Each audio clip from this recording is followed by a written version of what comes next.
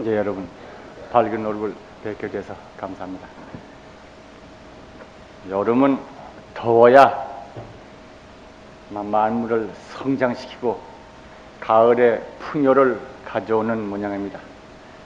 우리들도 이 더위를 통해서 육체적인 성장도 물론 있겠지만은 보다는 더위라고 하는 어려움이 하나의 무거운 짐이 우리의 정신력을 더욱 크게 개발하는 요소가 안 된다고 할 수 없을 거라고 생각합니다. 다행히 지금은 우리가 기도 정진 기간입니다. 오늘이 일요일, 앞으로 사흘, 수요일 날, 20일 날은 바로 해향날이 됩니다. 다들 그동안 열심히 조석 정근을 했었으리라고 생각됩니다. 이번에 이제 사흘밖에 안 남았다 생각하니까 정말 한번 돌이켜봐서 점검을 하고, 그리고 나머지 사흘이라도 알찬 정진이 돼서 우리의 지은바 공덕이 깨달음으로 해양될 수 있도록 우리의 기도 정진을 되돌이켜보는 것은 의미가 있다고 생각됩니다. 이번 그 기도 정진에서는 항상 해오는 일이지만 수행 요목을 몇 개 우리가 정리해 놓고 기도 일과 가운데서 항상 살펴보기로 했습니다. 독경 염송 독경해서 큰 지혜를 빛을 드러내며 예경하고 감사하는 데서 부처님의 크신 위실력, 그것이 내 생명 위에 원래부터 넘쳐 있다고 하는 그것이 현실이라는 것을 믿고 긍정할 때 부처님의 은혜의 충만이 나에게 이루어지고, 환희와 찬탄을 통해서 내 가슴, 내 생명에 밝은 빛 충만한 사람답게 밝은 얼굴, 기쁜 얼굴, 그리고 모든 사람이 지니고 있는 그와 같은 똑같은 공덕을 긍정하고 찬탄해주는 말, 이것이 우리의 앞날 하루하루를 밝게 만들고 성스럽게 만든다. 보시 공양, 이건 애착을 띠고 어두운 장애를 제거함으로써 복덕이 늘고 밝은 앞일이 열려온다. 그래서 보시 고향을 복덕 정정의 요건으로 우리는 생각하는 것이죠. 그 다음에 동참 전법, 우리들이 가지는 불자들의 모임, 불사의 모임 모두에 우리가 항상 동참해서 스스로도 덕성을 연마하고 지혜를 또한 개발하며 또한 이웃에게 법을 전하는 기쁨을 버리지 않는다. 이러한 그 수행 연목을 몇 가지를 기왕에 적어봐서 우리가 수행의 일단의 기준으로 삼아왔습니다. 독경만 하더라도 각자 내용, 각자 여러 가지 경을 읽었으리라고 생각됩니다만은, 이 기도 요목을 오늘 이렇게 다시 돌이켜 보면은 지금 하고 있는 것이 제대로 하고 있는가 하고 반성이 됩니다. 모든 법회 모임 또는 법정 모임, 그 밖에 불사 기도 모임에 적극적으로 동참해서 스스로의 공덕을 닦고 법을 전하는 일에 소홀하지 않았던가, 우리들은 우선 여기 물어집니다. 지난번 우리 금년도 들어서 전법 계획을 각 법정 단위로 세웠습니다.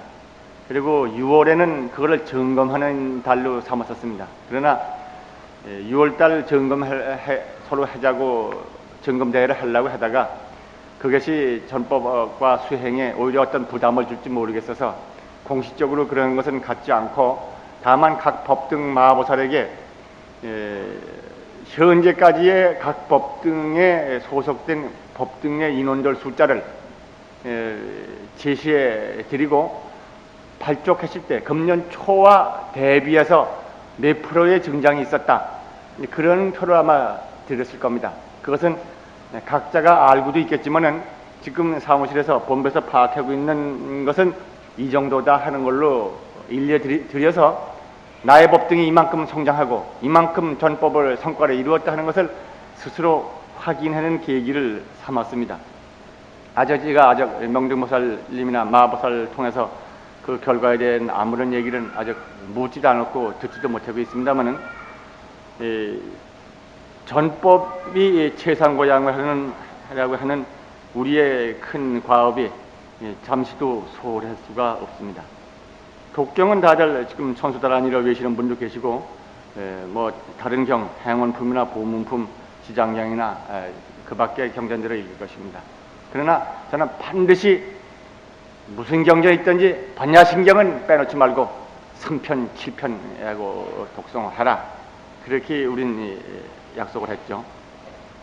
보시 공양에 대해서는 부처님이 시종 말씀하신 바에 지금 비교적 우리 법회는 이 부분에 대해서 많은 얘기를 하지 않은 것 같습니다.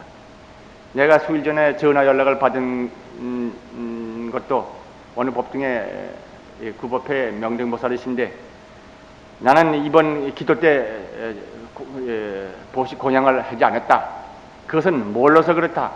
왜 알려주지 않았느냐. 그런 항의에 가까운 질문을 해왔습니다. 그래서 자기뿐만 아니다. 자기는 구법회에 많은 사람들이 그와 같았다 하는 얘기를 해왔습니다만, 기도 목표를 세워서 이번에 모두가 기도 정진을 하고 있는데 보시 공양을 다 하시리라고 믿습니다만은, 안 하는 분들 가운데서는 그런 말이 나옵니다. 꼭 내가 소중한 나의 애착, 이것을 기쁜 마음으로 띄고 그것이 큰 불사의 공헌일 수 있는 길에다가 더욱이 열으실 때 그것이 보시 고양의 공덕이 큰 것은 우리가 잘 아시는 거고, 우리 수행의 중요한 대목입니다. 이 부분의 수행을 소홀히 하고 그 밖에 아니한 다른 수행법을 찾아가면은 그만큼 아니한 성과를 얻게 됩니다. 환희 찬탄, 이것은 우리 모두 한 사람 한 사람이 부처님의 무한 공덕을 지니고 있는 자인 까닭에 나 스스로도 그러하기 때문에 원래로 우리 얼굴은 밝아야 하는 것이고 우리의 표정은 기쁨에 넘쳐나야 하는 것은 당연합니다. 내 생명의 뿌리가 진리의 태양이고 일찍이 조문 바가 없는 찬란한 광명 그 자체이기 때문에 그것을 지닌 그 사람은 얼굴이 밝고 기쁨으로 차 있는 것은 당연해. 다른 사람도 무능하고 못나고 악한 그리고 어두운 그림자가 따라다니는 그런 사람이 아니라 실로 지혜의 눈으로 보면은 모두가 부처님의 무한 공덕을, 진리의 무한 위력을 지니고 있는 사람이에요. 그렇기 때문에 그것을 긍정하고 긍정하는 말을 하는 거예요. 그건 칭찬이죠. 지혜 있는 사람은 그 사람이 지니고 있는 그러한 위력을 믿고 긍정하겠지만은 지혜가 없는 사람은 그걸 믿지 않고 긍정하지 못하고 거치로 흘러가는 모습같이 보이는 좋지 않은 것들, 눈에 거슬리는 일들을 보고 실책하거나 나쁘다고 말을 합니다. 남이 나쁘다, 남이 잘못한다 하고 거슬려서 말하고 나쁘게 생각하면은 그 사람에 대해서 어떻게 하는 것 같아도 먼저 나쁜 마음을 품고 있는 그 가슴에 나쁜 독소가 넘쳐납니다. 그렇기 때문에 자기 자신을 위해서도 정말 이것은 남을 위해서 진정 존중하는 행을 하고 남이 참으로 존귀한 가치를 가지고 있는 것을 깊이 믿는 것이 참된 자기 성장의 길이죠. 인간 회복의 길 문제가 많이 오늘날 문제되고 있습니다. 이것은 인간이 참된 자기 자성을 잊어버리고 인간이 물량 속에 혹은 조직 속에 어떤 체제 속에 들어있는 그러한 조그마한 치수에 불과한 위치에 떨어져서 인간이 가지고 있는 권위스러운 그 자주성, 독점성이 문제되고 있는 것이죠. 그러나 이 자기 회복의 길, 인간 회복의 길은 막연히 자유를 주장하고 방정을 내세우고 개성의 자유를 그 밖에 복지의 증지를 그렇게 해서 물량적인 환경 조건을 잘 채워줬다고 해서 다 되는 게 아니에요. 가장 가깝고 근본적인 것은 인간 존중입니다. 만인에 넘치고 있는 진리의 빛을, 만인이 가지고 있는 아름다운 덕성을, 그 고귀한 능력을, 무한의 창조의 능력을 만인이 지니고 있다는 그 높은 인격을 신봉하고 믿어주고 찬양하고 도와주고 공무하는, 이것은 바로 상대방 그 사람을 그렇게 찬양하는 것으로 물론 보이지만은 동시에 오히려 동시보다도 그보다 앞서서 찬양하는 그 사람 가슴속에 인간 존중에 참으로 밝고 지혜를 보는 그런 상태가 마음에 형성돼 있다. 그 마음에 그게 형성되기 때문에 그 사람의 운명이 바뀌는 거예요. 먼저 이 점은 누누이 우리가 배운 바입니다. 내 마음이 바뀌는 것이 참된 나의 운명과 나의 환경이 바뀌는 것이다. 내가 바라기는 성공을 바라고, 내가 바라기는 번영을 바라고, 내가 바라기는 행복을 바라면서 내 마음속에 어두운 생각, 미워하는 생각, 거칠은 생각, 원망하는 생각, 이런 생각들을 이유가 있든 이유가 없든 가슴속에 품고 있다고 하면 소망은 밝음을 소망하고 있으면서도 그 마음속에는 그걸 역행하는 것을 가지고 있어요. 진실로 자기를 배반하는 자는 그거예요. 자기는 행복하기를 바라고 성공을 바라면서도 배반하는 행위를 하고 있어. 무엇이 배반인가? 이루어지는 것은 마음에 있는 것이 이루어지는 것인데 그 마음에 생각인지는 성공을 바라면서도 마음엔 실패와 패배, 고난, 불행 이런 것을 그 가슴속에 그리고 있어서 이거 야단났다. 이런 식으로 그 가슴속에 그런 걸 가지고 있는 한 어두운 구름 밑에 어두운 그림자가 깃드는 법이야. 이러한 망념을 지혜 있는 사람은 소탕하는 것이다. 반야를 배우는 사람은 소탕하기 이전에 원래로 없는 것이다. 본래 본공 이것을 알아서 바깥에서 들려오는 것이든지 세상의 확정적인 지식이라고 일러주는 말이든지 아니면은 그 밖에 당연한 이치로서 받아들이는 일이든지 그거 따지지 않아. 어쨌든 내 가슴을 가리는 구름을 제거하는 거예요. 내 마음 가운데 진리에 본받은 그런 아름다운 기쁜 마음을 가지는 거예요. 진리에 본받은 아름다운 기쁜 마음, 성공적인 마음, 그런 밝은 마음을 그 가슴에 지니고 있을 때 그 육체, 그의 환경, 그의 생활 무대에는 밝은 아름다움이 나타나는 거예요. 이것은 우리들이 다른 사람을 찬탄하고 다른 사람은 존중하고 받들어 섬긴다고 하는 것이 그것은 바로 자기를 성공시킨다고 하는 자기가 바뀐다는 사실, 자기 수행의 중요한 과제라고 하는 사실을 우리는 꼭 잊어서는 안 될 것입니다. 인간의 회복의 길은 바로 인간 존중에 있어요. 철저한 인간 존중에 있어요. 막연한 인간 존중이 아니라 그 사람이 진리의 주인공이라는 사실을, 그 사람이 무한의 창조의 능력을 지니고 있다는 사실을 깊이 믿고 그것을 생각으로 인정하고 말로 나타내고 행동으로 받들어주고 그렇게 하는 데서 인간 회복이라고 하는 인류가 안는 오늘의 과제는 이룰 수가 있어요. 그 반대적인 거, 인간 존중 반대되는 거, 인간을 헛모습만 보고 그에 처해 있는 환경만 보고 그리고 차별해서 그 사람에 대해서 좋지 않은 생각을 품거나 불행을 생각하거나 자기와 이질적인 존재를 생각하거나 이렇게 돼버려서 그 사람이 지니고 있는 진리성을 보지 못하고 눈 감는다고 하면은 눈 감고 어두운 상태는 먼저 그것을 그렇게 인정하는 사람의 가슴에 찾아오는 거예요. 이 점 우리는 참 깊이 돌이켜 배우기 쉽습니다. 과연 환히 찬탄했던가? 우리는 스스로 물어봐서 이 기도 기간에 이 점을 배워야 하겠습니다. 어저께도 우리 회장님한테 그 얘기를 되풀이 드렸습니다만은 얼마 전에도 우리 법회에서도 그 말씀을 하시고 불광에도 당신의 그 글 가운데서 말씀을 꺼낸 게 있습니다. 어떤 기업에 종사하는 사람이 우리 상사하고 참 안 맞아서 10년이 가도 차장이라고 들어갈 때 차장, 10년 가도 차장, 자기 후배들은 전부 승진해서 부장이 되고 이사가 됐는데 자기만은 만년 차장했다는 얘기를 했습니다. 그리고 마침내는 자기가 뭐 여러 가지 병과 사고까지 만나고 그랬던 얘기가 나다가 마침내 그것을 탈피하는 방법은 감사에서 시작했다고 그랬습니다. 회사를 자기의 회사를 생각하고 회사 일을 해주시는 회장님이나 사장님이나 모두가 자기를 위해서 해주시는 걸로 생각하고 무조건 감사하는 그런 감사한 마음을 자기 마음 가운데 진지하게 품고 생활하던 끝에 단 며칠도 안 된 사이에 며칠 사이에 자기 운명이 바뀌었듯이 바로 문제에 가장 대립하고 가장 미워했다고 하던 그 사장이 자기 작업 현장에 찾아와가지고 일약 인사의 총책임자로 자기를 발탁했다고. 그러니까 마침내 그 끄트머리 새로운 회사를 만들어서 사장으로 자기를 갖다 만들어줬다고 하는 얘기를 회장님한테 어제도 들었습니다. 사람은 진정한 진리성을 지니고 있다는 사실을 깊이 믿고 찬탄해질 때 그것은 진리의 무한 공덕이 나타나는 것입니다. 감사 그러지만 이 감사는 바로 만인이 부처님의 무한 공덕을 지니고 있다는 사실을 긍정하는 것이고 진로 만인에게서 처처에 어느 장소에서든지 원래로 깃들어 있는 부처님의 무한 공덕을 믿는 거예요.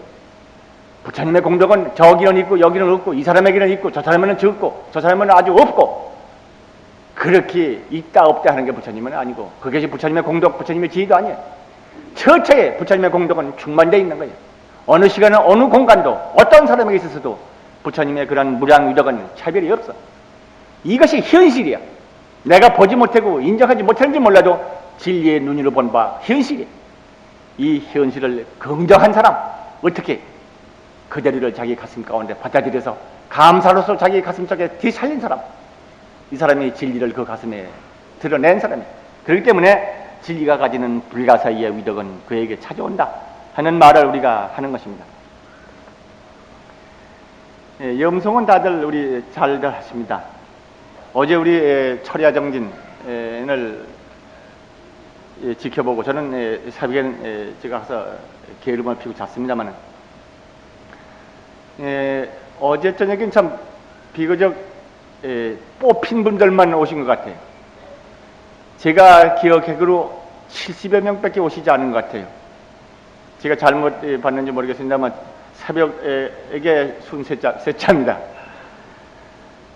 근데 어제 저녁에 다들 열심히 바라멜 염송을 하고 바라멜 관할을 하고 철야 정진을 했습니다만은 우리들의 이 바라멜 정진이라고 하는 것은 바로 우리가 불법을 믿든지 안 믿든지 염불을 하든지 안 하든지 불구하고 원래가 금덩어리니까 완전 무결한 순금이니까 진리 자체이기 때문에 그것은 뭐 믿든 안 믿든 상관없는 것입니다. 내가 호주머니에 들어있는 1억 원의 그 수표가 이 수표가 뭐 내가 있다고 알아도 수표 거기 1억이 있는 것이고 내가 몰라도 거기는 거기 있는 거예요. 내 가슴속에 우리 할아버지가 채워주신 묵가에 가벌이 해할 수 없는 그 보배 구슬이 하나 있다 그러면은 내가 차고 있는 걸 알아도 거기 1억 원 무한 보물이고 내가 모르고 난 가난뱅이다 하고 빌어먹고 다니더라도 거기 있는 거예요. 그건 마찬가지예요. 문제는 내가 어떻게 그걸 아느냐에 달려 있어. 참으로 나는 이러한 묵가 보조를 가지고 있다. 내가 호주머니에 1억 원을 지금 수표를 가지고 있다. 이렇게 아는 사람이면 그것을 쓸 것이고 넣고 가지고 있으면서도 모르고 나는 가난뱅이다. 없다. 오늘 참 하루가 생활이 어렵다. 이렇게 알고 있는 사람은 그런 상태로 자기 생활이 몰려갑니다.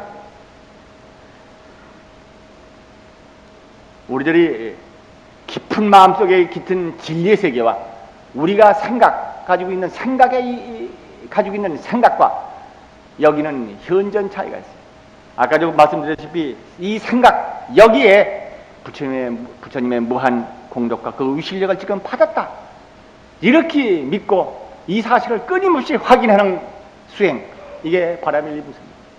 부처님의 무한 공덕 마하바냐 바라밀, 그것이 바로 내 생명의 현 존재에 항상 넘치고 있다고 하는 이 사실을 끊임없이 염하고 확인하는 것이 바라밀 염성입니다. 그렇기 때문에 염성해서 이렇게 확인하고 자기 생명의 표층부까지 부처님의 무한 위덕이 이렇게 넘쳐 있다는 사실을 깊이 믿는 사람은 그 사람은 지금의 생각이 그런 것으로 차여 있기 때문에 그 사람의 운명과 앞길이 그렇게 밝게 열리는 거예요. 생명이 성장하고 사업이 그렇게 번창하는 거예요. 가족과 이웃과 서로 만나는 사이에 화합이 이루어지는 거예요. 진리 본현상이 나타나는 것입니다. 그러나 그렇지 못한 사람은 설사 내 호주머니에 1억 원이 들어있고 내 안주머니에 할아버지가 전해주시는 묵가보주가 달려있다 하더라도 있는 줄 모르고 있는 가난뱅이처럼 아무리 진리가 내 생명이 넘치고 있다 하여야 마찬가지 소용없어요. 생각하는 것이 나타납니다. 생각하는 것만큼 나타납니다. 생각한 것만큼 성공합니다. 생각한 대로 실패합니다. 그 생각이 무엇이 있느냐가 문제. 여기서 바라밀 염성을 하는 이유를 우리 생각해야 됩니다. 부처님의 무한 공덕 진리 자체, 부처님의 본체성이 마하바냐 바라밀이라고 그랬어요. 마하바냐 바라밀이 곧 세존이고 세존이 마하바냐 바라밀이라고 그랬어요. 그 때문에 마하바냐 바라밀은 부처님의 법생명이 법이요. 법이면 부처님이고 부처님 일불이요. 일불이 마하바냐 바라밀 법이요. 법이면 일체불이요.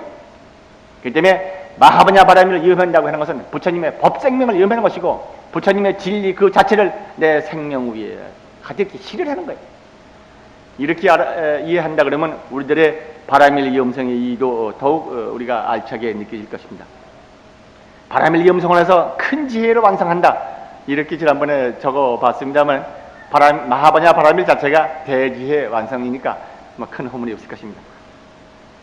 이번 기도 남은 며칠 정말 우리 잘 정진해서 말이 적당치 않습니다만 마무리라고 여기 적어봤습니다. 기도 마무리 정진 힘쓰자. 하여튼 남은 4일 동안 진작에 공부 잘 하십시다. 어려울 때 어려운 만큼 공을 들이면 그 공이 커요. 아니하고 편안하게 둘러놓으서 연불해가지고는 힘을 줄 수 없어요. 그만큼 힘들여서 무슨 불합리한 우매한 짓을 해가지고 그렇게 해가지고 고생해가면서 고행을 하려는 것은 아닙니다. 합리적인 방법은 끝까지 참 좋습니다. 그러나 아니한 것을 취하고 편한 것을 취하는 그 태도 가지고는 큰 빛을 만나지 못해. 진실한 우리의 소망은 나의 깃든 진리의 싹이다. 끊임없이 기도하자. 반드시 이루어진다. 내 생명, 부처님 공덕 생명, 마하바냐 바라밀. 지난번 정근일과 끄트머리에 우리 적어드린 대목입니다. 오늘의 주보를 좀 보실까요?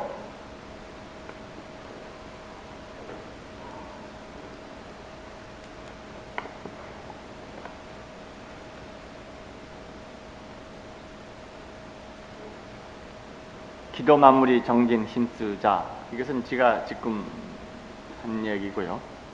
두 번째, 격한 감정 일면 부처님을 관하자. 이게 말이 되는지 모르겠습니다. 아주 집약해서 글을 만들었기 때문에 제가 읽겠습니다. 가피라국과 콜리아 나라의 중간을 흐르는 강을 막고 양쪽에서 물을 끌어 생활용수 또는 농업용수를 썼다. 이런 것이죠. 가뭄이 든 어느 해 서로 물싸움이 일어났다. 서로가 자기 쪽으로 물을 끌어당기려고 하다가 마침내 군대가 동원되고 왕까지도 그 싸움터에 이르게 됐다. 이 사실을 아신 부처님은 신통을 놔두셔서 그 싸움이 일어나고 있는 강 물줄기 상공에 좌선하는 모습으로 나타나셨다. 거기 모여있던 대중들은 부처님이 나타나신 모습을 보고 모두 무기를 놓고 합장하고 부처님께 예배를 드렸다. 부처님은 말씀하셨다. 왜들 싸우려 하느냐? 물고 끄트머리 물 때문에 싸움이 나는 게 발견됩니다. 그러니까 물과 사람 어느 것이 더 소중한가? 당연히 물보다 사람이야 비교가 안 될 정도 소중하죠. 대답이 그렇게 나옵니다. 그러니까 물 때문에 사람의 목숨을 버려야 하겠는가? 또 이렇게 반박하십니다. 원하는 싸움을 몰고 오고 싸움은 원한을 만든다. 열에는 원한, 괴로움, 탐욕이 없다. 그 다음에 이어진 본문을 이거 요약한 겁니다. 그 다음에 원한을 버리자. 원한 속에 살면서 원한에서 벗어나서 살자. 그리고 즐겁게 살자. 고뇌에서 살되 고뇌에서 벗어나서 살자. 그리고 즐겁게 살자. 탐욕 속에서 살되 탐욕에서 벗어나자. 그리고 즐겁게 살자. 이게 이제 부처님의 법문입니다. 부처님의 말씀을 듣고 사람들은 정신이 들었다. 그래서 전쟁을 멈췄다. 그리고 화해했습니다. 비는 왔고 그의 농사는 잘 지었죠. 그리고 다들 부처님의 공덕을 찬탄했다. 이것이 이제 그 부처님의 부처님이 관여한 이 싸움의 문제입니다. 근데 이것에 제가 보면서 우리 형제들과 함께 이 대목을 한번 읽고 지나가겠다 생각이 든 것은 격한 감정으로 대립하고 산다. 이러한 상황 우리는 생활 가운데서 종종 만납니다. 내 마음속에 참된 안정된 그러한 법의 힘을 갖추지 못했으면 경계에 따라서 좋은 일이 있으면 기쁘게 느껴지고 그것이 좀 거슬리면 기분 나쁘고 좀 격하게 저쪽에서 나오면 이쪽에서도 그냥 불이 붙습니다. 이래가지고 자기 생각하지 않은 말도 하게 되고 그렇지 지나치는 행동을 하게 되고 야중해야 후회하고 서로가 이렇게까지 할 것이 아니었는데 하고 뉘우치지면 기왕 내 뻗은 김이니까 하고 또 이제 계속하기도 하고 그럽니다. 이러한 우리 생활 가운데 끊임없이 격한 물결처럼 오고 가는 이러한 감정 소유주의 속에서 우리들은 어떻게 생활할 것인가? 여기 부처님이 하나의 표본적인 가르침을 주시지 않았던가? 저는 그렇게 생각했기 때문입니다. 이 사건은 부처님이 성독하신 지 4년 후의 일이라고 어딘가는 기록에 있는 걸 봤습니다. 그리고 여기 말하는 것은 부처님의 나신 고향 나라, 카피라국이죠. 그리고 코리아, 이것은 구리성이라고 그러기도 합니다만은 어머니, 부처님의 외가 나라와 가까운 곳입니다. 외가예요. 거기가 이제 마야 부인의 고향입니다. 친정입니다. 근데 이 두 족은 제주 약한 작은 나라들이고 이웃에 강대국들이 있어가지고 서로 뭐 협동관 같은 처지에 있기도 하고 서로 협동관계도 있었겠지만 서로 결혼을 지난 동안 하는 동안에 두 족 간에는 서로 한 그 민족 같은 그런 관계를 가지고 살았다고 그럽니다. 근데 이 두 나라 사이가 코리아라고 하는 구리성은 동쪽에 있고 서쪽에는 가비라성이 있었던 모양입니다. 그 사이에 흐르는 강, 로히니 강이라고 기록은 그럽니다만 오늘날은 그렇게 부르지 않고 다른 이름으로 불려지고 있는 것 같습니다. 그 강이 한 해 가뭄이 들어서 물이 말라들었다. 여기서 물을 끌어들여서 농사를 짓고 살던 사람은 서로 이제 물싸움이 벌어집니다. 이것은 저도 어렸을 때 물싸움을 봤어요. 제가 어렸을 때 자라던 고정에 그때 가뭄이 들었는데 강물을 내를 막아서 물을 퍼서 농사를 짓고 그랬어요. 그랬더니 이제 그 아래 사람들하고 뭐 시비 붙었어요. 너 막았느니, 터널하느니 하고 시비 붙어가지고 면민끼리 서로 대립이 되고 있냐. 그래서 나중에 군수가 나와가지고 양쪽 일정 시대 얘기입니다만은 양쪽 군수가 나와서 조정하느라고 하는 것을 제가 어렸을 때 가서 구경한 적이 있습니다. 아주 심각합니다. 이런 문제가 되면은. 그래서 이제 물싸움이 나니까 서로 어떻게 돼가지고 이제 뭐 서로 격한 나머지 거기서 이제 물대는 농부끼리 싸움이 나다가 그야말로 거기 지역을 관할하는 뭐 관장에게 알려져가지고 사람들이 동원되고 그 다음에 뭐 임금에까지 알려져가지고 그냥 양쪽에 있는 군사가 동원돼가지고 이제 전장이 되게 됐죠. 부처님이 그걸 다 지켜보시고 아십니다. 이대로 뒀다가는 큰일 나겠다. 이렇게 생각하시고 당신은 신통으로서 그 싸움의 현장 한복판에 나타나셨다. 강물 위에 좌선하신 모습으로서 부처님이 거기 나타나셨다. 거기 모인 사람들은 부처님이 거기 허공에 나타나신 것을 보고 놀래서 손에 든 무기를 땅에 놓고 그리고 부처님을 향해서 예배를 드렸다. 그 자리에 부처님은 말씀하십니다. 그래들 왜들 싸우려 하느냐? 그 나머지는 여기 아까 읽은 바와 같습니다.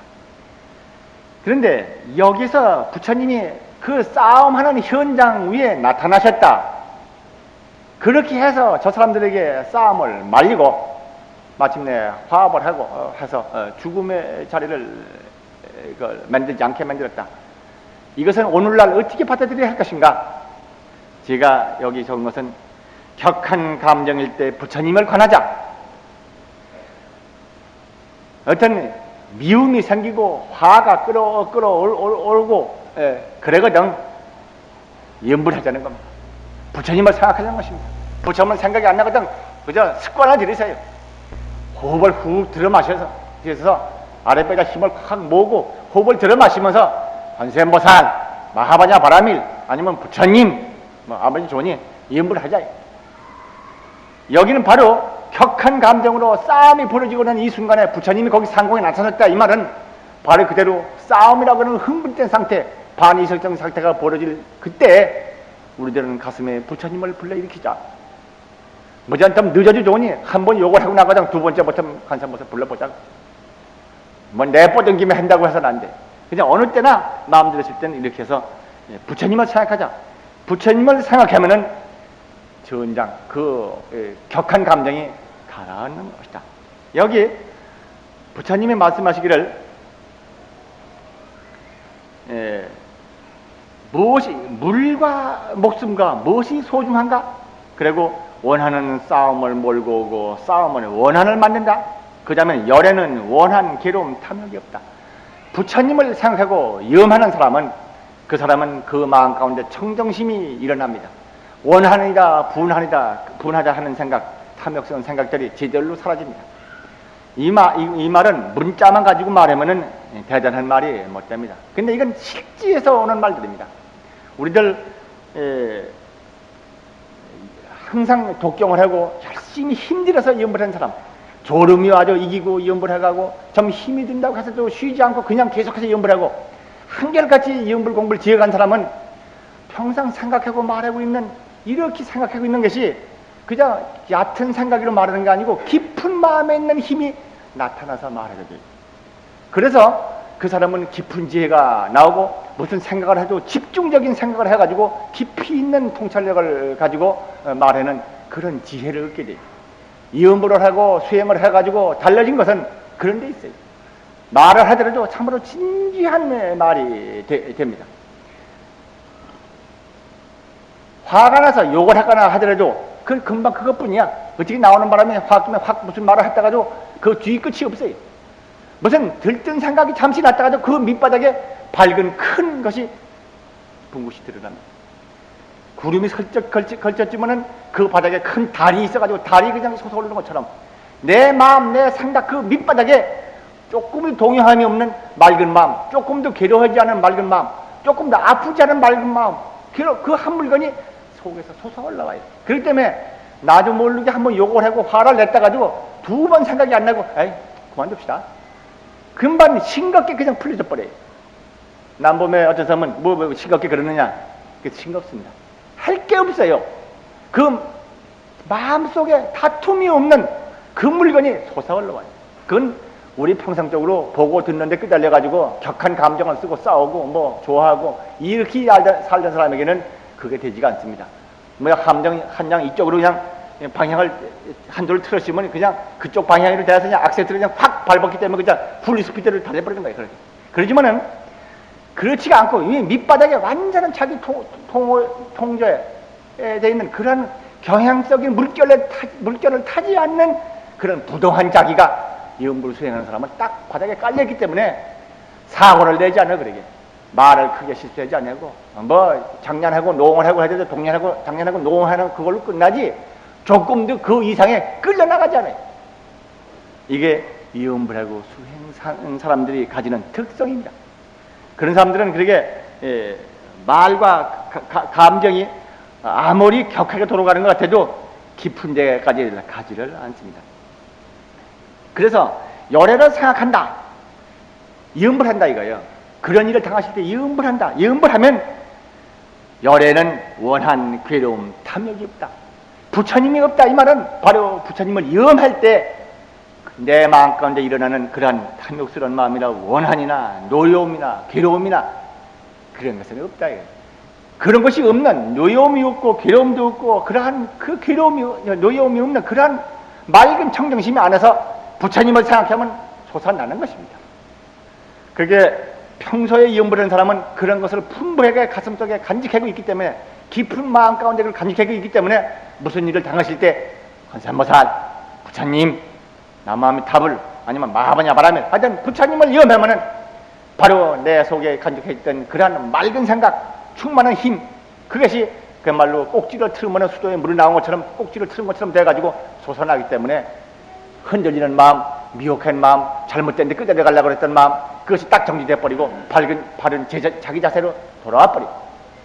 저는 이 대목을 읽으면서 부처님 싸움판에 올라와서 싸움하지 마라. 감정을 가지고 그러면 또 새로운 감정 가져오고 새로운 싸움 가져온다. 그거 괴롭다. 그러니 그러지 마라. 그 물 때문에 싸워서 사람이 죽어야 되겠는가? 여기까지는 이해가 간다 이 말이에요. 그 다음에 열애는 원한, 괴로움, 탐욕이 없다. 이 말은 이건 뭐에 필요한 말이냐? 처음에는 그렇게 느껴집니다. 그러나 곧바로 이 열애는, 열애라는 말은 부처님의 법이라는 뜻입니다. 부처님의 생명이라는 뜻입니다. 우리가 열애를 마음가운데 생각하실 때 내 생명에 깃들어 오는 부처님 그 공덕은 원한이 없어, 괴로움이 없어, 노여움이 없어, 탐욕이 없어, 고통이 없어, 잘못될 길이 없어. 그 반대로 청정과 원만과 화합과 창조의 힘, 기쁨만이 부처님에게는 있는 거예요. 그것이 이렇게 올라온다 이 말이에요. 열애에게는 그런 나쁜 게 없어요. 그런데 왜 여기 그러한 제가 말하는 것처럼 기쁨과 성공과 너그러움과 그런 동하지 않은 부동심만이 있지 다른 건 없다 이렇게 부처님이 말씀하지 않았던가? 이것은 몰모시에 광덕이라는 사람이 있어가지고 말하라 하고 부처님이 남겨놓은 것 같아요. 왜 그러는가? 금강경 우리 보시죠. 금강경 이제 오늘로 거의 이제 마지막 31분을 오늘 배우게 될 겁니다. 금강경 읽다 보면은 전부 금강경엔 이것입니까? 아니다. 이것입니까? 아니다. 전부 아니다, 아니다 부정뿐입니다. 그러면 아니다, 아무것도 없는 거, 그것이 불교인가? 그래서 반야는 공을 가리키는 거다.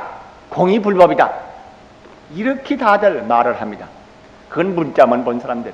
죄송스럽지만 저는 그런 사상들이 지금 한국에 꽉 찼습니다만 문자만 본 해석이, 부처님은 문자 논리를 말하지 않았어요. 실물을 가지고 말했어요. 실물을 온통 그냥 이렇게 내놓고 이거다 저거다 차별할 수 없는 실물을 온통 전면 제시라고 완전히 내놨어. 그런데 이 붙잡고 요것입니까 저것입니까 하고 내민다. 요걸 붙잡고 요건가, 요걸 붙잡고 이건가, 부분을 붙잡고 앉아서 거짓되는 허망한 그림자 같은 걸 붙잡고 앉아서 이건가 그런단 말이에요. 허망한 것들을 붙잡고 있을 때는 아니라고 그럽니다. 다 아니라고 그러는 거예요. 그래서 아니라고 붙잡는 건 전부 허망한 거니까 전체인데 부분, 진실인데 거짓 그림자 붙잡고 그거라고 그러니까 아니라고 그러는 거예요. 우리가 잡을 수 있는 건, 말할 수 있는 건, 생각할 수 있는 건 전부 그림자야. 진짜가 아니야. 이따 이 얘기는 좀 우리 알게 될 겁니다. 그렇기 때문에 그걸 붙잡고 이것이 진리입니까? 이게 법입니까? 이게 부처님 말씀입니까? 이게 진실입니까? 물으면 다 아니라고 그래. 알자 삼명살이 그것도 아니라고 그래요. 맞습니다. 아니라고 그러는 것은 그러한 것을 부정함으로써 구름을 지워버리면은 뭐 해가 나타나는 것처럼 아니라고, 거짓된 거 험한 걸 아니라고 부정해버리면 지님은 말을 안 하는 거예요. 진리는 절대적이고 전성적이고 전일적인 거예요. 이 절대적이고 전성적이고 전일적인 이 진리를 무슨 생각 가운데 담을 수 있느냐 이 말이야. 생각은 추상화를 거쳐서, 논리의 과정을 거쳐서 우리의 합리의 이해를 가져옵니다. 추상화 과정에서 진실이 되는가? 안 되죠. 그렇기 때문에 부처님은 너무나 그걸 아시기 때문에 그 진리의 전성적인 그 진리, 절대적인 진리를 말할 단계에 가서는 입을 다무는 거예요. 입을 허공에 걸었다고 한 말이 그 말이에요. 말할 수가 없는 거예요. 생각으로 담을 수가 없는 거예요. 그래서 이거다 저거다 하고 가짜를 가지고 내밀으면 아니라고 쓸어버리는 거예요. 여기도 열에는 원한 괴로움 탐욕이 없다. 없다고 해서 그걸 부정해버리면은 그 바닥에 있는 게 나오는 거예요. 여기, 근데 이 부처님은 진실을 말하고자 하셔서 이것이 뭐다 하고 이게 법성이다, 진여다, 진리다 하고 말씀을 하지 않습니다. 아니고 그 가짜를 가지고 있을 때 그걸 부정합니다. 저는 우리와 이해를 하기 위해서, 말하기 위해서 부득이해서 이것이 법성이다, 진여다, 아나따라 삼맥삼벌이다, 마하바냐 바라밀이다, 진리다, 이런 용어를 씁니다. 그것은 우리들의 이해를 돕기 위해서 부득이 그렇게 하는 거예요. 그러나 이해 속에 들어온 것은 참 진리는 아니죠. 이 얘기는 이따 금강경을 한숨어서 다시 보시기로 하겠습니다. 여기에서부터는 참 어떠한 일을 당해서, 세상 일을 당해서 정신이 어리둥절하거나 또 뭐 이렇게 하면 좋을까 저렇게 하면 좋을까 지혜가 안 나거나 답답한 일이 생기거나 화가 나거나 슬픈 일이 생기거나 원망한 생각이 들거나 그러면 또 공포심을 일거나 이러거든. 부처님을 생각하자. 부처님에게는 그런 것이 없는 것이다. 그러니까 그런 거에 사로잡혀가지고 떨고 뭐 그럴 거 없다. 그 마음을 비고 그걸 다 제거해버리면은 진리의 공덕이 나타나서 다 모두가 조화를 이루어요. 원전이 이루어지는 거예요. 저 때에 가비라성하고 고리성 사람들은 저 싸움을 멈추고 나서 제각기 부처님이 아니었으면 우리가 이 강이 시체의 강이 되고 피의 강이 됐을 것이다. 부처님 덕분에 우리가 이걸 면했다. 그리고 기뻐했다고 그랬습니다. 그리고 저런 부처님이 출가해서 부처님이 안 되시고 그냥 임금을 대해주셨으면 천하를 통일했을 텐데 하고 또한 애석해 했다고 그럽니다. 끝까지 그 약소국가 민족들은 그야말로 강대국이 되는 것이 막 사무친 원인 모양입니다. 그 자리에서도 그랬다 그럽니다. 그리고 부처님의 은혜를 보답하자고 그래가지고 양쪽 상에서 젊은 사람 250명을 뽑아가지고 부처님을 받드는 신임이 되도록 다들 양쪽에서 이렇게 내보냈다고 하는 기록이 있습니다. 이됨은 격한 감정일 때 내지 불행과 고난과 공포를 만났을 때 이러실 때 부처님을 생각하자. 이래면 이 부처님이라고 하는 뜻을 우리는 이렇게 살펴서 부처님의 저때에 남기신 법문이 오늘 이후 우리들의 것으로서 살려 나가도록 힘쓰면 좋겠다. 이렇게 생각을 합니다. 금강경을 하겠습니다. 오늘의 금강경은 429페이지가 아니고 529페이지.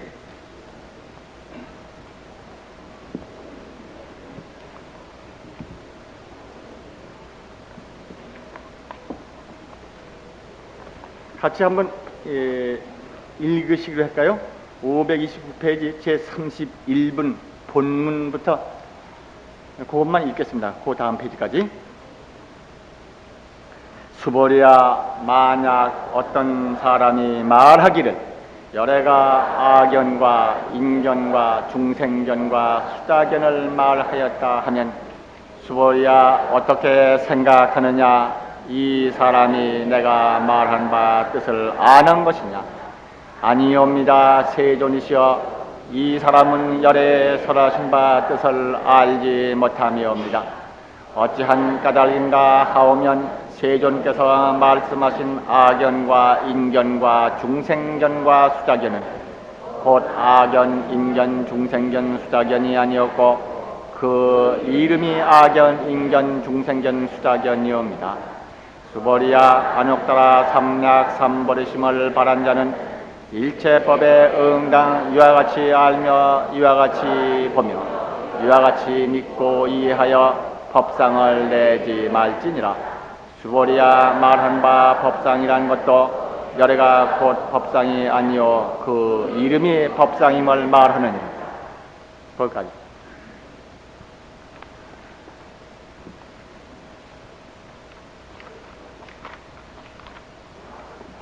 지난번에는 부처님의 이 근원적인 한 물건, 이것을 필경 하나로 합한 것, 하나로 합한 모양, 다 모두 똘똘 뭉쳐서 이 하나의 진리다 하고 하나의 합한 모양이라고 또 이렇게 말을 한다 그러면 사람들은 이 하나의 합한상은 어떤 것이다 하고 말을 낼 것이다. 그러나 진리, 근원적인 진리, 근원적인 법, 이 진리, 참된 우리의 생명, 이 진리를 하나의 합한 모양, 하나다 이렇게 말을 하지만 하나가 아니다. 하나라도 그럴 수 없는 것인데도 범부들은 그것이 하나인 거라고 생각을 하고 거기다 하나가 있고 그 내용이 어떤 것이고 분별하고 이론을 붙입니다. 그러니까 이 하나다 하고 부처님이 설명하실 때 논리적인 우리 사유를 통해서만 이해하는 우리들의 이해 구조로서는 그렇게 생각할 수밖에 없죠. 그러나 부처님을 부득해서 하나라고 그런 것이다. 그런데 여러분 형제들과 더불어 저는 얘기하면서 이것을 범하고 있습니다. 하나는 하나도 아닌데 생각할 수 없고 말할 수 없는 것인데도 불구하고 이건 하나인데 어떻게 생겼고 내용이 어떻고 이렇게 설명을 저는 합니다. 다른 사람이 아는 걸 저는 합니다. 그건 왜 그러는가? 말하기 좋아하셔서 그야말로 정신없이 그러는가? 할 수 없이 우리가 말을 하자니까 이 사이에서 조금만이라도 믿음을 키우고 그 길로 나아가게 하자니까 부득이 이런 말을 쓰는 것이고, 두 번째는 제가 능력이 부족해서, 참으로 깨달음이 아주 부족해서 참된 부처님의 가르침에 대한 바른 방편을 몰라서 그러는 것 같습니다.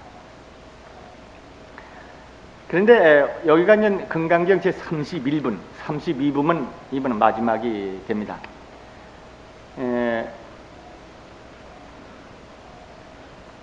하나도 이 하나의 합한상, 이 하나도 아니다 하는 이 대목, 이거는 금강경의 중요한 대목이 마무리가 되는데 이걸 한번 정리를 해봤으면 좋겠어요.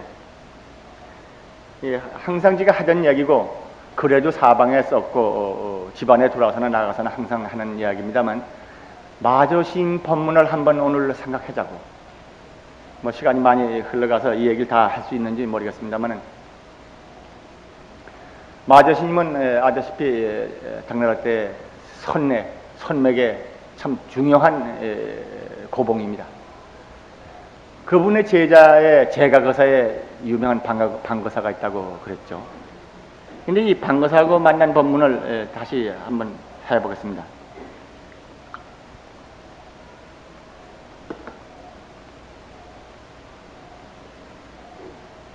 방거사는 항상 하는 말입니다만은 재미있는 사람이에요. 재산 몽땅 다 털어서 강에다 띄어버렸어요. 부자입니다. 부자인데 강을 띄어버리고 그 재산이 문제가 좀 있는 모양입니다. 재산이. 재산만 있으면 좋은 일도 많이 하고, 우리도 여기 땅이 여기 있는데 여기다가 이제 우리 나무 심은 게 있습니다. 여기. 그 우리 집지인데 10cm 앞이 남의 땅입니다. 이게 10cm까지 요거 지었어요. 거기다가 10cm 앞에다 다른 사람 집을 지어서 이렇게 올려버리면 우리는 이쪽에 숨 꽉 막혀버립니다. 지금 주택가에 돌아가지고 우리 법당을 지으면서 이쪽 지역에 기여할 수 있는 아무 일도 못하고 있습니다. 그렇게 우리가 바라고 있던 포교연구소나 유치원 하나를 지금 할 틈이 없습니다. 우리는. 그런데 이 방거사는 돈을 쓰는 것이 이게 돈 가지고 있는 거 위험하다고 느꼈어요. 이 돈이 이게 위험하다. 그래서 이제 가난한 친구, 글방에서 같이 공부하던 친구가 있는데 가난한 친구가 있어서 가난한 친구한테 나에게 도를 닦을 텐데 이 재산 더 필요 없다고. 당신 가지라고. 그러니까 그 친구가 자네가 필요 없는 건 남들이 쓴단가. 안 받았대요. 그래서 전답은 누구 줬는지 몰라도 하여튼 간에 재산을 강물에 띄어버렸답니다. 몇 달 전에 중국의 성운스님, 우리 대만의 불광산이라고 있습니다. 거기에 이제 종주가 성운스님이죠. 월간 불광하고 거기 하고 자매 결혼을 한 적이 있습니다만은 거기서 발간하는 월간지가 있는데 보문이라고 그래요. 넓을 보자 문문자. 보문에 성운스님이 법문한 글을 거기 실어놓은 걸 봤습니다. 근데 그 일부를 우리 불광잡지에도 한번 실은 적이 있습니다만은 그분의 재산에 관한 얘기를 한 법문이 이런 것이 있어요. 이건 이제 경에 있는 말씀을 한 건데, 하루는 개가 이 재판관한테 재판을 구해왔더랍니다. 개가 무슨 소청이 있어서 왔는가? 개가 하는 말이, 제가 오늘 시장에서 밥을 좀 얻어 먹으려고 어떤 집 아무개 집에 가서 예절을 갖추어서 제가 밥을 청했습니다. 그러니까 그 사람이 밥은 안 주고 거꾸로 몸뚱이로 때립니다. 그러니 이게 억울합니다. 그리고 호소했다고 합니다. 그러니까 개가 밥을 얻어 먹는데도 무슨 예절이 있단 말인가? 예절이 있고 말고요. 저희 개들은 밥을 얻어 먹으려면 남이 문 안에 들었을 때 앞발과 머리만 들여놓지 뒷발과 꽁지는 집안에 들여놓지 않는 법입니다. 이게 예법입니다. 그리고 밥 먹고 싶은 소청을 말을 합니다. 내가 그랬는데도 저 사람이 밥 안 주고 때렸습니다. 그래서 이제 그 사람을 불러다가 증거 조사를 하고 했더니 과연 틀림없이 그 사람이 개는 예법을 지켰는데 밥을 안 주고 때렸다 이렇게 증명이 됐다고 그래요. 그래서 이제 소위 원고 측에다가 때렸다고 그러니 어떻게 하면 저 사람을 처벌하면 좋겠는가? 그러니까 저 사람을 아주 큰 부자를 만들어 주시면 좋겠습니다.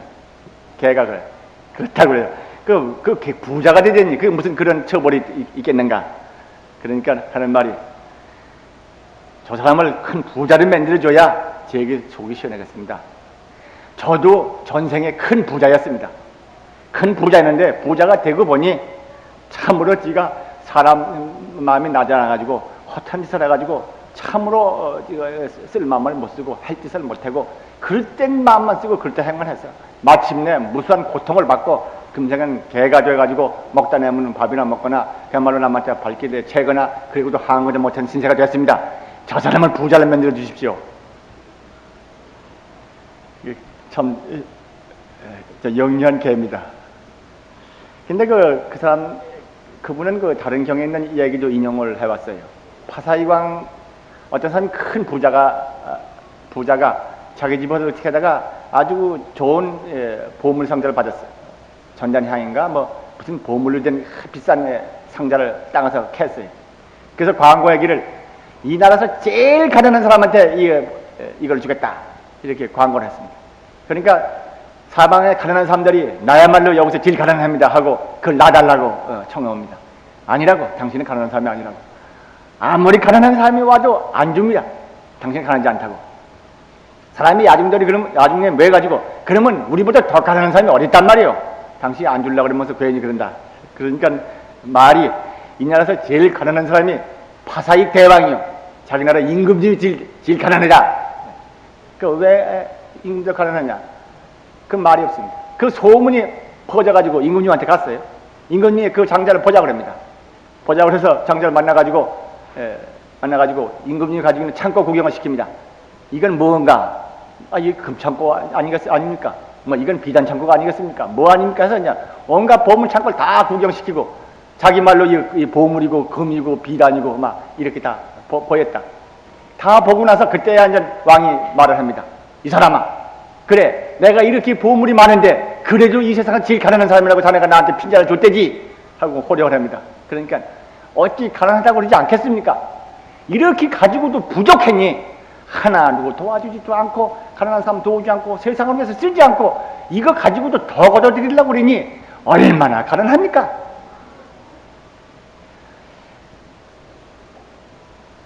그 전에 제가 노인 얘기를 한 적이 있습니다. 그게 이제 왜 우리나라 고리장처럼 말이죠. 노인은 땅에다 묻었다는 거. 그래서 이제 어떤 효자가 묻지 않고 숨겨줬다가 아버님을 숨겨줬다가 나중에 이제 나라에서 어려운 문제가 나왔을 때 갔다가 아버지를 통해서 그 지혜를 얻어서 그걸 가르쳤다고 알아냈다는 얘기가 있습니다. 그 가운데 정말 피골이 상접해서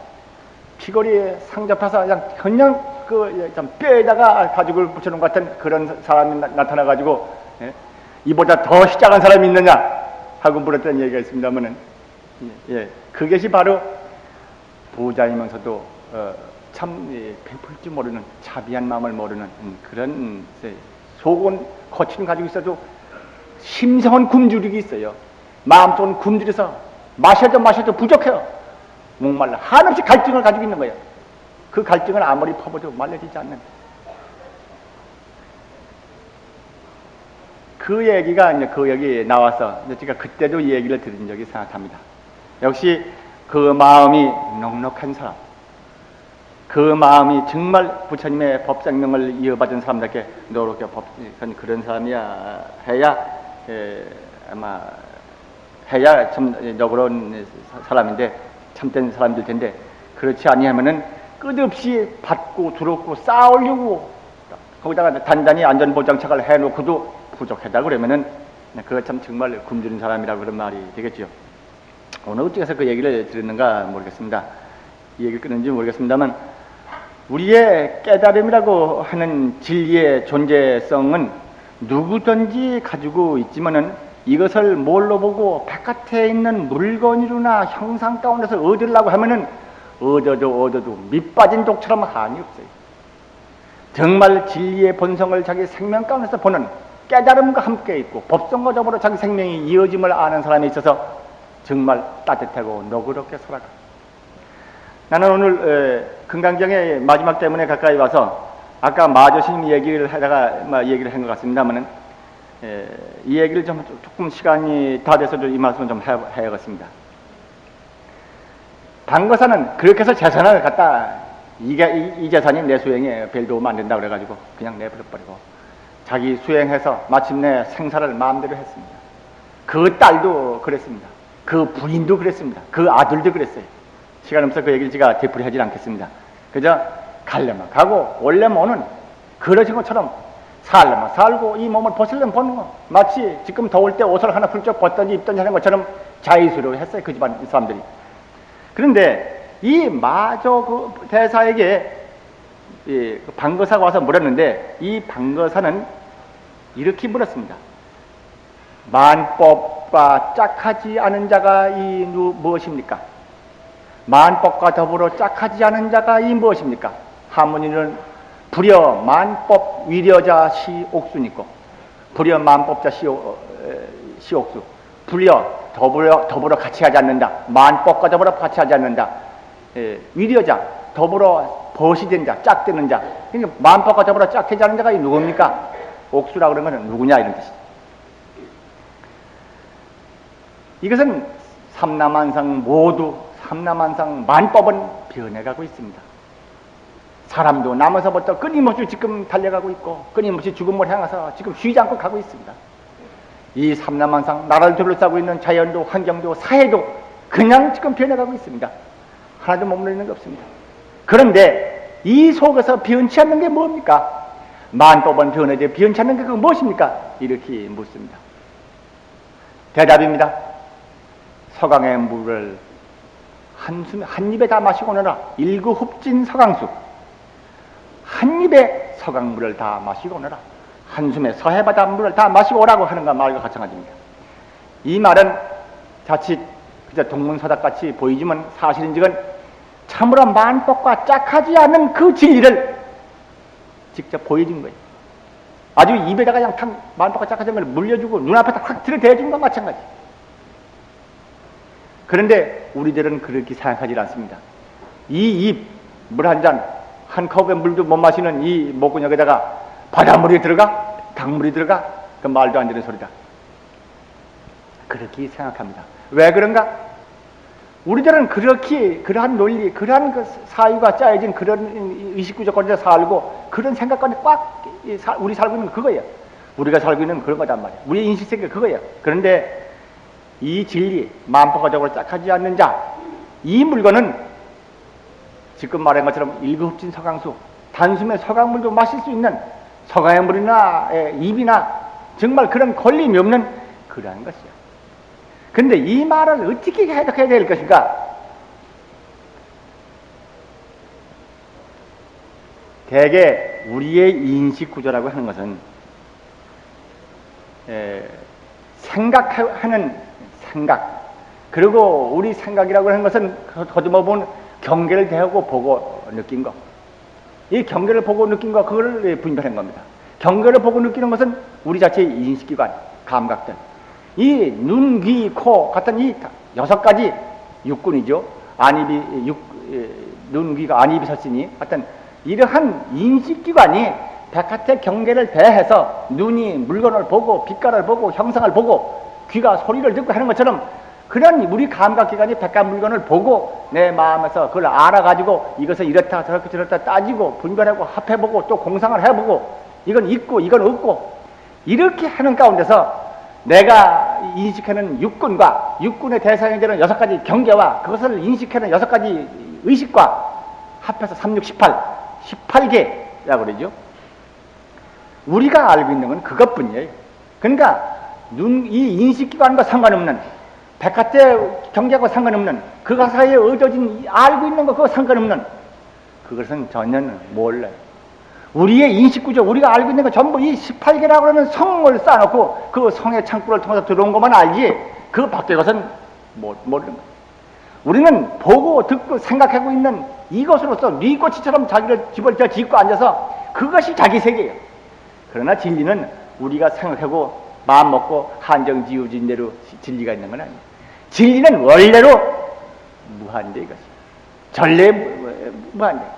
그래서 이 원래 무한대의 이 진리, 무엇으로 형할 수 없는 절대적인 것, 이것은 말과 생각을 할 수 없는 거예요. 그런데 우리들은 생각을 하고 말로 하고 이론을 꾸며대고 그럽니다. 그래서 그 모두는 육군, 육진, 육식의 그 내부 분석밖에 딴 것이 없어요. 그러니까 여기 만법과 더불어 짝하지 않는 자, 산하대지가 다 무너지고 인간 생명이 다 병들어 죽어 없어져도 죽지 않는 자, 허물지 않는 자, 변치 않는 자, 그것이 무엇입니까? 그 진리는 아까 말한 것처럼 18개 밖에 가요. 이것처럼 우리 지입고 있는 이 인식세계, 우리가 살고 있는 우리의 이 구조, 이 세계 밖에 가요. 그거하고 상관없는 거예요. 그것을 뭐라고 말하느냐 이 말이에요.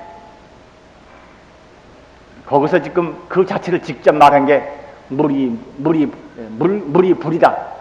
물이 불이라든가 말이죠. 아니면은 지금 말처럼 일곱지 상황서가처럼 그저 한 입에 말이지 터럭구 속에다가 조그만 터럭까지 여기 같은 먼지 많은 데다가 바닷물을 갖다 담았다든가 말이지. 이런 말들이 거기에 나오는 것입니다. 이 세계에서는 대는 소를 먹을 수 있어도 소는 대를 먹지 못한다 하는 논리가 있습니다. 물은 불과 상극이다 하는 논리가 있습니다. 그러나 그건 우리가 알고 있는 인식구조 내의 것이지 진리 세계는 그거 상관없어요.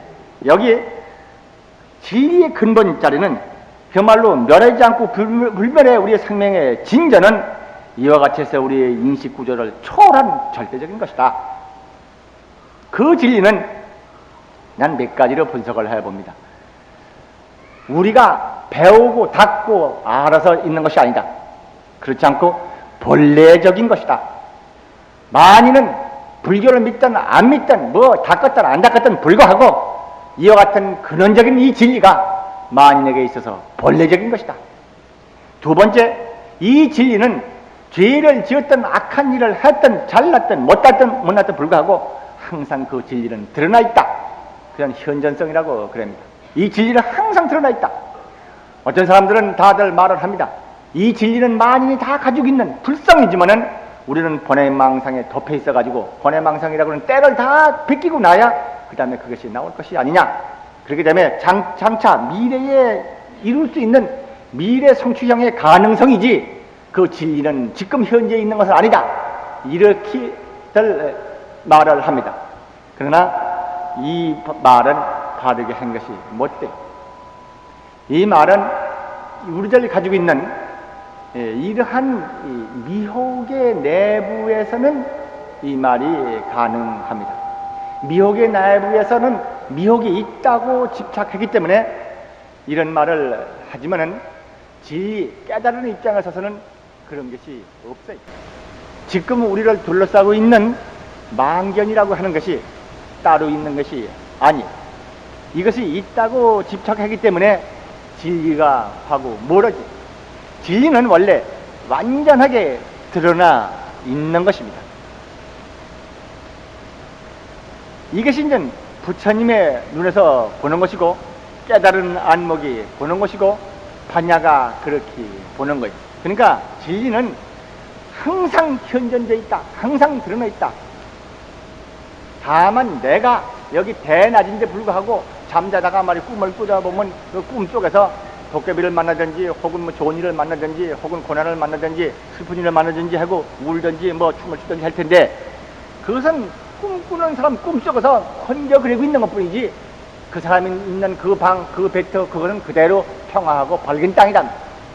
본래 진리 자체가 전면적으로 드러나 있는 전면 현전인데 내가 착각하고 딴 생각을 일으키고 혼자 그렇게 미혹한 세상으로 생각하고 어둠을 아는 것입니다. 진리는 그것이 없어요. 이 점에 있어서 우리들은 이 깨달음의 진리가 전면 현전이라고 하는 사실을 깊이 믿고 그것을 우리들의 생각 가운데 항상 현전시키는 수행을 하는 것이 마하바냐 바라밀의 수행입니다. 마하바냐 바라밀은 처음에는 우리 생각에다가 진리의 그 본체성, 그 모습을 드러내는 그러한 수행이 되고 있지만은 좀 더 나아가보면 마침내 우리 생각이라고 하는 밑이 빠져버려가지고 우리의 본 생명 자체에 본래 붙어있는 염하지 않아도 본래 있는 본래 광명이 드러나게 되는 겁니다. 그래서 우리들은 마하바냐 바라밀을 항상 염하고 부처님의 무량공덕을 생각한다고 그런 것입니다. 이와 같이 해서 우리에게 있는 본래의 진리를 말해서 들으면 여러 가지로 말을 합니다. 불멸성, 평등성, 자주성. 이 진리는 주인으로서 만인이 주인이야. 어떤 사람이 권능자가 있어서 그 사람이 쓰고 그 사람이 허락을 하면 조그맣게 혜택을 입고 허락하지 않으면 혜택을 못 입고 그래서 내가 뭐 해야겠으니 일을 그렇게 하고자 하오니 이를 허락하소서 하는 식인 원을 하지 않아도 되는 것입니다. 법당 가서 이거 스피 가지고 아까처럼 하라고 그래. 바깥에 끄라고 그래.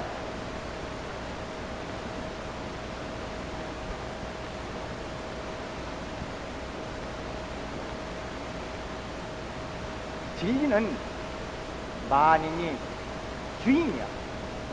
세계가 주인이야. 만인이 창조의 주인공이야. 그런데도 불구하고 이 창조의 주권은 다른 사람이 누가 따로 가지고 있는 것처럼 생각하고 우리는 부분적으로 조금씩 이용하고 있는 것처럼 생각하면 그건 잘못이고 더욱이 창조의 힘을 부분적으로 이용하고 있는 게 아니라 완전히 다른 사람이 무엇을 허용한 대로 그 범위 내에서 조금씩 뭘 쓴다고 생각한다 그러면 자기 모독도 뭐 이만저만이 아닌 것입니다.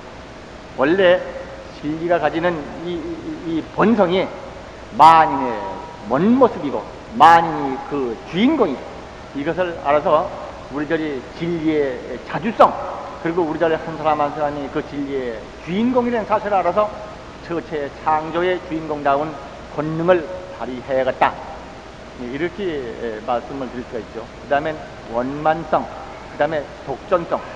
이 독존성이라고 하면 홀로 존재한다, 이런 의미입니다. 그러니까 이 진리 이것밖에 없습니다. 만법과 더불어 짝하지 않은 진리, 만법은 변하고 생명은 변하고 삼라만상은 일체가 변해도 변치 않는 그 진리 자체, 구름은 변하고 번개도 변하고 이 우리의 눈에 보이고 있는 하늘을 가리고 있는가 그 멀리는 사라져 없어서도 푸른 하늘, 이 찬란한 태양이 빛나는 이 푸른 하늘에 이것은 원래부터 그것밖에 딴 것이 없다고 말할 수 있는 것처럼, 마침은 우리의 본성 진리도 그 본성 진리밖에 딴 것이 없다. 문제는 본성 진리 그것밖에 없는데 우리가 미혹을 해서 딴 생각을 인식해서 그렇지, 딴 생각을 인식했다고 해서 딸로 어디 간 것도 아니다. 이렇게 우리는 이 깨달음의 세계를 우선 말을 하고 지나갑니다. 그러나 끝까지 되풀이해 말씀드려서 이것은 이렇게 말하는 것 뿐이고 부득이해서 이렇게 이해하는 것이지, 진리의 본체성 인증은 이러한 말과 이론 속에 드는 것이 아니다. 아무리 무한이라고 절대라고 그러더라도 무한과 절대라고 그러면 건물입니다. 무한과 절대라고 그러는 논리입니다. 무한과 절대라고 그러는 생각입니다. 생각의 근물을 만들어가지고 무한을 갖다 담으려고 얼굴라고 그래야 얼굴이지가 않아요. 우리는 불갑을 말을 하자니까 이런 논법을 한번 이용해 보는 것이죠. 네, 여기까지 해서 대강 부처님이 보이시고자 하는 진리가 이런 것인데, 이렇게 무엇인가 해야 할 수 없고 한계를 지을 수 없고 뭐라고 그릴 수도 없는 것인데, 이것을 부처님이 우리에게 가르쳐 주시려니까, 내 생명에 깃든 진리가 이렇게 무한절대라고 그러면서 가르쳐 주시려니까 힘이 드는 것입니다. 한 물건도 없는데 그걸 뭐라 일러주려니, 우리는 한 물건이 없으면 없다고 생각하고 아무 생각도 못 내니까 불가불 이것이 있다 이것이 없다, 이것을 띄어라 저것을 띄어라 그러면 네가 꿈꾸고 있으니 꿈꾸는 걸 띄어라, 아상을 띄어라, 인상을 띄어라, 중생상을 띄어라, 무슨 수자상을 띄어라, 뭐를 띄어라 그런 것은 부처님에게는 그런 것이 있는 게 아니에요. 나쁜 짓을 하지 마라, 망상을 하지 마라 하지만 부처님 입장에서 봐서는 그런 것이 없어. 원래 그냥 무한청정의 완전 무결한 진리뿐이 홀로이 그것밖에 없어. 모든 중생도 금덩어리에, 모든 지옥도 금덩어리에, 처처에 누구든지 완전 무결한 24군 같은 완전 무결한 진리 그 자체에 누구든지 그런 것이 부처님의 눈으로 봐서는 그런 것이어서 정말 존중에 해당되고 참으로 받들어 섬길 수 있는 훌륭한 것이 모든 사람이고 모든 그 상황이단 말이에요. 그런데 그걸 모르고 헤매고 있어서 마치 뱃도 위에서 들어놓아서 악몽을 꾸는 것처럼 그 사람을 깨워주는 데 있어서는 그 사람의 알맞는 방법을 쓰게 하니까 구득불 여러 마리 나와서 악견, 인견, 중생견, 수자견하고 여러 마리 나오는 것입니다. 그렇게 말을 했지만은 부처님이 그런 말씀을 했다 하는 것은 잘못입니다. 부처님은 그런 게 없는 거예요. 중생을 위해서 그런 말을 쓴 것뿐이에요. 그러니까 중생이 본래 그게 없는 바에는 그런 말도 없는 거예요. 그렇기 때문에 부처님이 중생을 제도했다 그 말도 거짓말이에요. 그러니까 중생은 본래 중생이 아니었단 말이에요. 부처님에게서는 중생을 제도했다 이 말은 중생이라고는 입장에 돼 있는 입장에서 말하는 거예요. 그러니까 중생이 본래 없으니까 중생을 제도했다는 말은 잘못된 말이고, 그것은 부득이해서 중생이라 그러는 악몽을 꾸고 있는 사람의 입장에 서서 그런 말을 하는 것이에요. 그렇기 때문에 반야법문의 건강에서 보면 중생이 없고 한 중생도 내가 제도한 바가 없다. 건강경에 그렇게 이야기가 나오는 것입니다. 당신의 그 입장에 진리가 진리뿐이고 중생이 없어. 완전 무결한 모든 중생이 모두 진리야. 그러니까 뭐 제도하느냐? 따라서 제도하기 위한 법이 있느냐? 법도 없다. 한 법도 설한 바가 없다. 이건 진짜입니다. 다들 중생이 없다, 제도할 중생이 없다, 제도한 법도 없다, 설한 법도 없다, 이 말의 해석을 잘 못하는 사람이 많습니다. 지금 말씀드린 것 같이 근본적인 진리의 본성이 이렇게 무한자고 절대자고 사유 밖에, 논리 밖에고 우리가 알 수 있는 인식구조 밖의 것이라고 알게 되고, 그 진리가 완전한 독전성이라고 이해를 하게 되면 비로소 부처님은 원래로 태평하시고 원래로 한가로우시고 원래로 할 것이 없는 그러한 대안한한 대평화의 완전 무결한 정멸한 그 국토에 원래 계시건만 우리들이 망상을 꾸미고 망상 속에서 악몽을 꾸고 괴로워하고 있기 때문에 이걸 깨우치기 위해서 진지 우리 쪽에 와가지고 우리 말을 쓰고 우리와 같이 뛰고 우리와 같은 생활 속에 뛰어들어와서 계시는 것이라구나. 그래서 법을 설하고 제도한다고 하고 그런 말이 있고 생도 있고 멸도 있고 재행무상도 있고 이렇게 되시는 거라구나. 그렇게 이해하게 됩니다. 이렇게 이해하게 되면 부처님께 얼마나 감사한가. 부처님의 대자 대비를 거기서 하게 됩니다. 아마 여러 형제들은 제가 기왕에 발언문을 많이 진 걸 아실 겁니다. 기도할 적마다 무슨 행사할 때마다 그때그때 기도 발언문을 지입니다. 근데 그 발언문을 보면은 제가 그의 습관처럼 잘 나옵니다만은 부처님은 원래로 법신이시건만 대자비인고로 대자비의 구름을 일으키시사 그 사이에 감로의 법을 비내리시사 법 아닌 법을 보이시고 몸 아닌 몸을 낮추셔서 대자비의 감로의 법을 비주셔서 중생의 뜨거운 번뇌를 시켜주시나이다. 기도문 같은 거 보면 대개 그런 문제를 잘 나옵니다. 본래 부처님은 생멸이 없는 저언덕 이게 부처님이시죠. 그런데 중생이 꿈꾸고 있고 악몽이 시달리고 있기 때문에 진짓 몸 아닌 몸을 낮추시고 법 아닌 법을 설하시고 이렇게 해서 이 땅에 들어와서 중생을 건립니다. 이런 말이 거기서 나오는 거죠. 이렇게 알아서 우리가 부처님이 무한대의 부처님의 대지혜와 대자비를 여기서 우리가 배우고 이것을 송두리째 온전히 이어받은 불자가 우리라는 것을 깨달아서 그 다음에 우리 불자가 가야 할 참된 삶을 열어가야 하지 않겠는가 생각합니다. 마치 이걸 막 하려니까 지금 생각이 난 게 있어요. 71페이지를 한번 넘겨봅시다. 뒤로 노래 보디스파. 이 보디스파는 우리 반야신경 끄트머리의 진언이죠. 만트라. 진언이 끄트머리 보디스파죠. 원래 그것은 그전에 우리 반야신경 배울 때 우리가 다 읽은 것처럼 가테 파라가테 파라상가테 보디스파하. 이게 그 부모의 의미입니다. 그러면서 가테 이건 간다. 건너가는 아주 잘 간다는 뜻입니다. 번외에서 번외가 없는 부정에서 청정색이 저거는 간다는 뜻이에요. 가테 파라가테 가테 가자 가미어 파라가테 같은 파라미타 같이 완전 무결한 진리 저기로 완전히 가미야 이런 진리로 파라가테 파라상가테 완전한 그 거기에 모두가 상 이것은 모두와 함께라는 의미를 갖습니다. 그러니까 파라상가테 모두와 함께 가미어 그 다음에 보디스바하 보티는 깨달음, 스바하는 여기 성취, 길상, 기원 그런 의미도 있습니다만 혹은 이것 바로 이것 그대로를 표시할 수 있습니다. 그래서 이건 우리는 한문일구로 음을 적었기 때문에 한문의 음을 또 우리 음으로 읽어서 아제 바라성아제 모지사바하 이렇게 읽습니다만은 그 범어의 원음은 가테 파라상가테 보지스바하. 그래서 보티는 깨달음이고 스바하는 우리가 지금 말씀한 것처럼 대길상, 원적, 성취 그런 의미도 있고 이와 같이 이루어지자 하는 기원의 의미도 있는 그런 뜻입니다. 깨달음 이것이어라 혹은 깨달음 이루어지이다 깨달음이여 이러고 감탄한 같은 그러한 제목의 노래입니다. 이거를 읽어보시면 지금 말씀드린 정리가 조금 됩니다. 한번 가사 한번 같이 읽어보실까요? 1, 2, 3절을 금강반야 배를 타고 돛을 펼치자 이 언덕은 고통 많은 생사의 바다 저 언덕은 부처님의 광명의 나라 아제 바라제 아서들 하세 너도 나도 모두 함께 어서 건너자 서산에 해는 지고 밤이 깃드니 반야영선 노를 잡고 어서 건너자 아제 바라스마제 반야의 배 올라보니 이 땅이 불국 모든 형제 무량공덕 갖추었으니 부처님과 중생 차별 찾을 길 없네 기쁘다 바람일까 보티스파. 이것은 그전에 한번 우리가 대각사에서 배운 적이 있습니다. 야, 오늘 이걸 합창단에서 지난번 노래하는 걸 내가 들으면서